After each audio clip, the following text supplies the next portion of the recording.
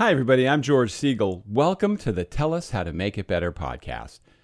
I came across a guy a few weeks ago that is doing something that I thought was pretty interesting. He's putting together communities in a program called Operation Self-Reliance, where people are living or will be living off the grid.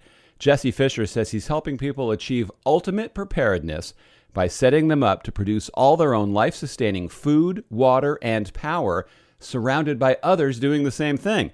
Now, while this may seem like something that isn't right for everyone, the concept of being self-sufficient and not relying on all the existing services that we're stuck depending on is pretty interesting. I'm George Siegel, and this is the Tell Us How to Make It Better podcast.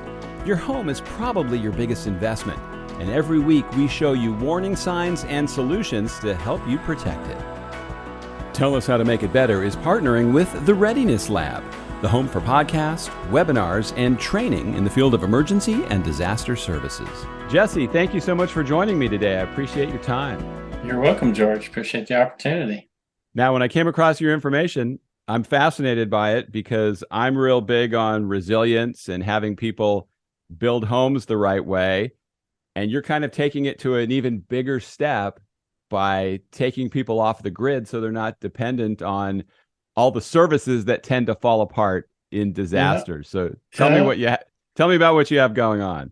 Well, actually, this is a project called Operation Self-Reliance. And what we're actually planning to do and doing is build 5 off-grid self-sustaining communities along the Rocky Mountains. So our first one's in Utah. The second one, we're making an offer right now on some land in Arizona for our second location.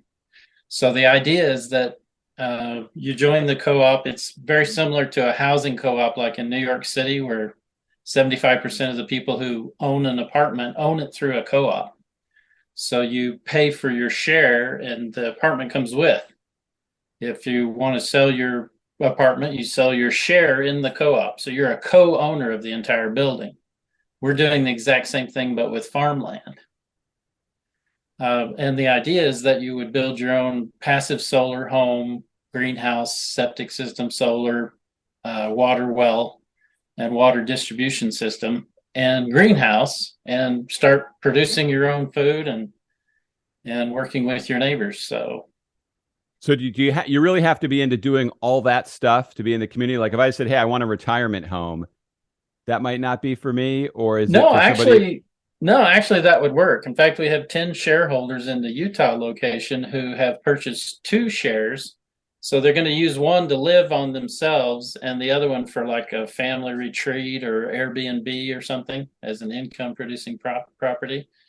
We're organized under Utah's agricultural co-op law, Title III of the Utah Code. And so the land has to be agriculturally productive. You don't have to do all the work. You can have your neighbor, some guy down the street who needs more property. Maybe he wants, to have some extra goats or something. And somebody has to work the land. So it's either you or a neighbor or whoever. But, the bar is quite low. So the Utah law says you have to produce in a census year. So that'd be 2030 is the next one, $1,000 worth of agricultural products or services. That wouldn't be very hard at all, especially with the inflation going up. By 2030, maybe one apple tree would do it. I don't know. I was going to say, get one cow. That might might push it across. Now, what I find really interesting about that is, how resilient do you build these homes? I know every place in the country has its own potential disaster. So when you're in the Rockies, you're probably dealing with potential for tornadoes, snow, ice, things like that. What thought goes into the structures? Do people come out and build their own home? Is it just part of the master plan where you have certain houses they can build there? How does that work? Actually, the vast majority of the restrictions come from government. The co-op is like, build something that will keep you from freezing in the winter and cooking in the summer. And so it's the county, it's the state health department that requires a septic system. It's the county that requires it to be a certain size, and it has to pass the International Residential Building Code. As long as you can get your architect or your engineer to stamp your plans with his little red stamp that says you qualify under the International Residential Code, you could build your house out of Legos. We're not an HOA, and in fact, most of us are allergic to HOAs, so uh, we don't really impose any kind of standard. It's just we want you to, we prefer living neighbors, so we want you to build the house in a way that you'll survive the winter if your power source goes out.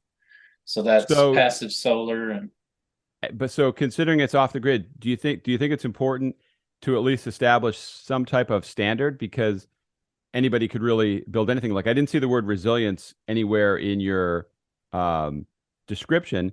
I like all the other stuff because that's the things that everybody falls apart on. There's a community down here that's inland from Naples and Sanibel Island called Babcock Ranch. I don't know if you read anything about them I after haven't heard of Hurricane that. Ian last year, but they built with a lot of off the grid systems of power and water and things. So when a big storm hit, they weren't going to be victimized like everybody else. And they Mm-hmm. had almost no damage from the storm, but they put the preparedness angle into what they were building. Are you Mm. guys, I mean, I think that's not being encouraged, or it's being encouraged, but it's not being insisted upon. Yeah, we're not into creating more laws and rules that can't be enforced. Um, no, our focus is on your system itself as being resilient. So, for example, if you're dependent on Costco for your food, you're that's it's not very resilient. We've seen in COVID how easily the shelves can be emptied. And if you're producing all your own food, all your own water, all your own power, you're not at risk if there's a disaster. For example, the Utah State Water Rights Division, I think they were fishing for a bribe. Anyway, they were stonewalling us for a year, wouldn't allow us to drill any wells. And finally, we hired an attorney, and magically they're cooperative. So, being independent, they wanted us to have a centralized water system. And it's like, well, we're out in the middle of the desert. If if the pump goes out on this centralized water system, we've got 250 households that don't have water. That's not very resilient. If we What we're doing is trying to build a community out of building blocks. Each brick is completely independent. So if your neighbor's well goes down, you can run a hose over to his house and help him out until he can fix his well. But if we have a centralized system and it goes down, everybody's screwed. What kind of reaction are you getting from people? I remember an episode of The Twilight Zone where this one family had a bomb shelter, but nobody else did. There's the threat of a nuclear war, and everybody Right. stormed their bomb shelter. I think I saw that when I was a very young little kid when I saw that Yeah. one. So do you think I about that that? I mean, the resilient community, or not the resilient community, the bunkered community, the off-grid people, a lot of people go, ah, gosh, those guys are crazy until something goes wrong. And all of a right. sudden you're the smartest guys in the world. What kind of Right. thought? Well, our thinking on that is that we're literally 80 miles from a metro area, and between us and them, it's desert. So, it'll take about a week if things fall apart. It'll take about a week for people to realize we got to get out of Dodge. By then, they've used up most of their gasoline driving around looking for food and water. Or A, do they even know we're out there? And B, do they know we're producing food? So we're thinking that 80 miles of desert isn't going to be very enticing. Marauders will want to stay where the people are, where the victims are. And Now, so we're is there is there any kind of commute that anybody going to work outside the community, or the people that are going to live here, pretty much their life is there, and maybe they load up the wagon and the horses and go into town, but they're really not. It's not a daily thing. nobody, there's only one horse on the Okay. ranch so far, one tame horse. We have wild horses just north of us. Um, that's hilarious. Let's see. As far as I know, everybody doesn't report to me. So everybody's doing their own thing basically. But I do know there are at least two people who commute. One commutes to Delta, which is 50 miles away, and the other commutes to Dugway, which is 30 something miles away. But the rest of them either work online or they're retired or they work there at Riverbed Ranch, helping build the neighbors' homes and stuff. Now, when you choose a community to do something like this, does it have to be an area that's out away from everything in an open space? Could something like that work closer to where more people live, or then you have to deal with county and city regulations and it just gets Well, too bogged down? every square inch of land in the United States is inside a county, as far as I Sure. know. Just in terms of a bigger Yeah, city. we're trying to avoid bigger cities being too close. And the property in Arizona is like 15, 18 miles from the closest community, which is a fairly small town. So I think we'll be okay there. We really just want to be a producer. You know, you hear people talking about how consumers this and consumers that, and it's like I personally take offense at that label. I consider myself a producer. So um, the concept is for this community to be the largest producer of agricultural products in whatever region it is. How do you survive while you're getting it up and running? So you're gonna. I'm moving out there. I have my house. I've built it, but the neighborhood's kind of playing catch up, and there's not a whole variety of things to buy so I can live on. What's that process like? Well, yeah, that's been really interesting. We've never built towns before. So, in fact, we don't know anybody who's built towns before. So, this is a learning process for us as well. And what we're learning is it's a little slow at first because the only people who can move out are people who work online or who are retired. And so then the people who can come are those who can do work for those people who are there. So it's a slow growth of the local economy. So we started this 3 years ago at Riverbed Ranch when we found that property, and there's some families that have been there for that amount of time, working online or one of them goes off every couple of weeks and works on oil wells, but so it's a slow growth process. We're hoping that we can speed that up by being a little closer to a community in Arizona. We'll see. We're learning as we go, George. We haven't got all the answers. Sure, I would imagine it would be very, very challenging. It makes you think what the Pilgrims had to deal with and all the people that were the pioneers that moved across the country. I don't think I would have survived 5 minutes with that. I probably would have been the third or fourth wave. Said, call me once you guys have developed a community.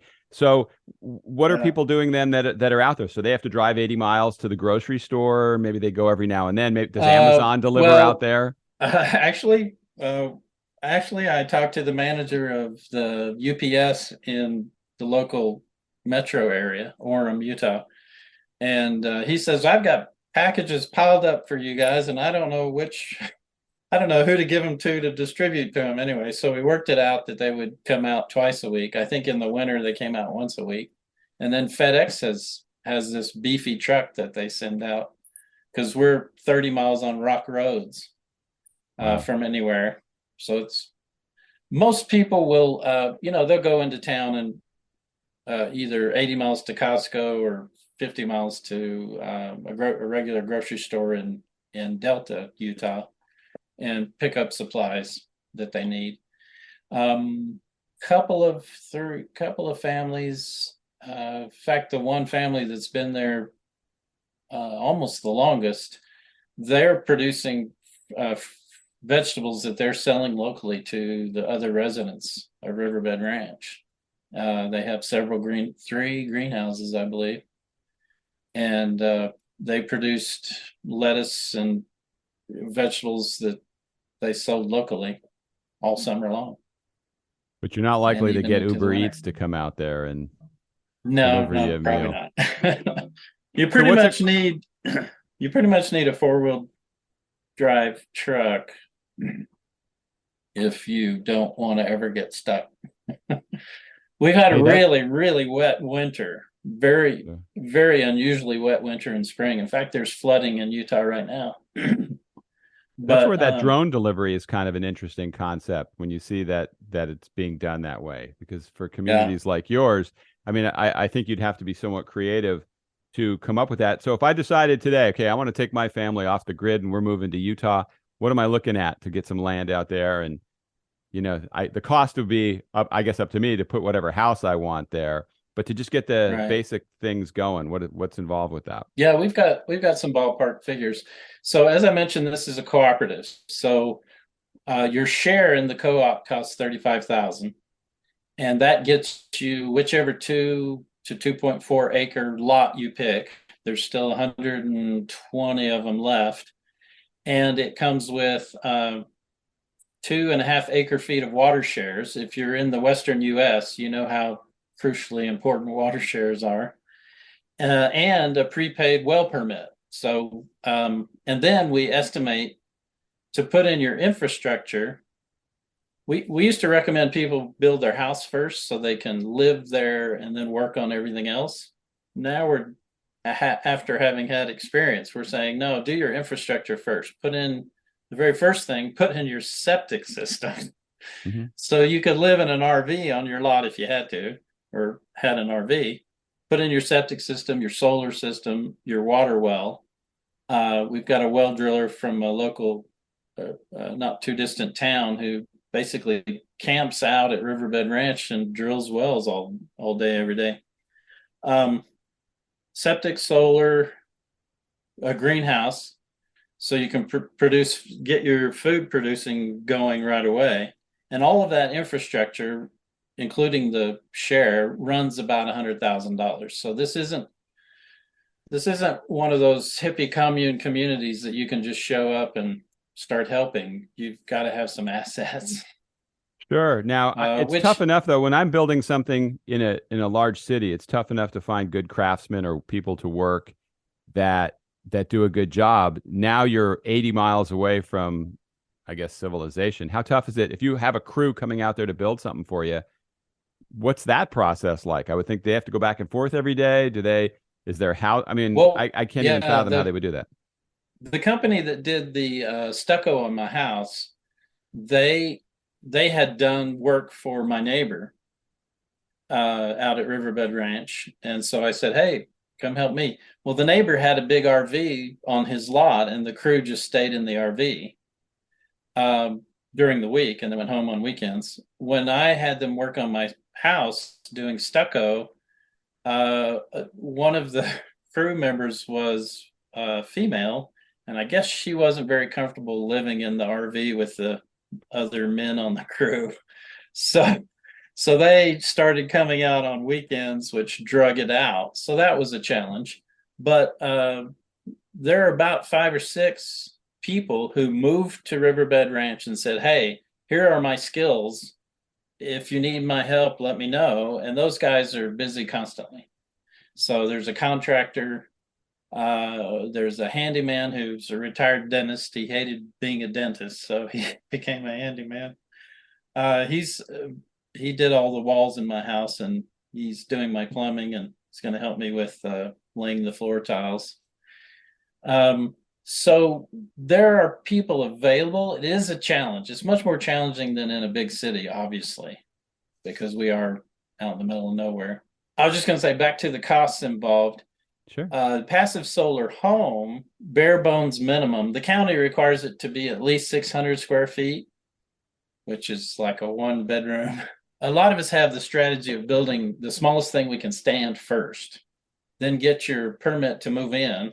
Can't ever remember what that's called, and then immediately apply to remodel your house and make it bigger so that you can be there on site. So my house, my starter home, my off-grid starter home is 864 square feet, 2 bedroom, 1.5 bath. So my plan is to add on another 3 rooms that I can use for an office and storage and food processing or whatever else we want to do on our property. How's it built? So is it a wood frame? Is it shingle roof? I Mine mean, is, what do you put out there? yeah, there are all sorts of different types of homes being built out there. Mine is Simply Built, Okay. SIMPLYBILT.com. It's the owner of a concrete company here locally, for about 10 years was toying with this idea of building a kit that any family could work together and raise this house. And what it is of 16-inch centers of wood, it's 4-foot centers of steel beams. And in the space in between, it's 9 inches of EPS foam, which is massively insulated. Once you put an outside and sheetrock on the inside, you can literally heat your house with less than a hair dryer in the middle of the winter. In fact, my home with all the windows on the south side, it gets up to 70 degrees with no heat. It's just the sun coming in the windows and the insulated value. Now, we do have some purists in the group who freak out because a couple of us built our homes out of styrofoam. And I get that. It's just that it was very fast. It went up in a very short amount of time. If you have, a crew of 4 or 5 people, you can put up one of these shells in a week. Other people are using compressed earth block, regular stick frame houses, but with quite a bit bigger. So 2x10s, so that there's gobs of room for insulation. And do they then pour there's foundations for these? yeah, oh yeah, we have our own concrete plant. It's so cool. Wow. Instead It of is. waiting a month and paying twice as much for concrete from Salt Lake or wherever else, we can order concrete for the next day. Yeah, we encourage everybody to have their own home-based business. And he decided, being a contractor, he said, well, gosh, we need concrete. So he set up a rock quarry and a concrete plant on a portion of the co-op property. We have an additional 500 acres for whatever projects our shareholders want to do together or individually. And there was a corner of the property that had a whole bunch of rock. So he set up this huge rock quarry thing and produces all the concrete we need. Get it delivered the next day. It's so cool. Awesome. So when do you hope to move into your house? Well, that's a good question. My wife needs to work one more year. She works for the local school district, and before she can get her pension. So the house will be done long before we get to move into it. Right now, I've got the roof, the walls, the walls aren't sheetrocked. I'm getting ready for the 4-way inspection. As soon as the plumbing is finished, we can get the inspector in there and start sheetrocking it. Yeah, I was gonna say it's tough enough to get an inspector here in the city when you need one to come out. Good luck getting them to drive 80 Well, miles. we're in a small county. This county is, by the time our community fills out completely with all the possible residents, third or fourth largest town in the county. And so it's not a very highly populated county. In the western half of Utah, the counties are really long and narrow. And so the population is all on the end by I-15 highway. We're in the middle of that county, literally in the middle of nowhere. But the inspectors, they'll come out quite frequently. They prefer to have several projects to do all at once, after making that trip. Sure. You getting a lot of Californians? Any celebrities moving out there?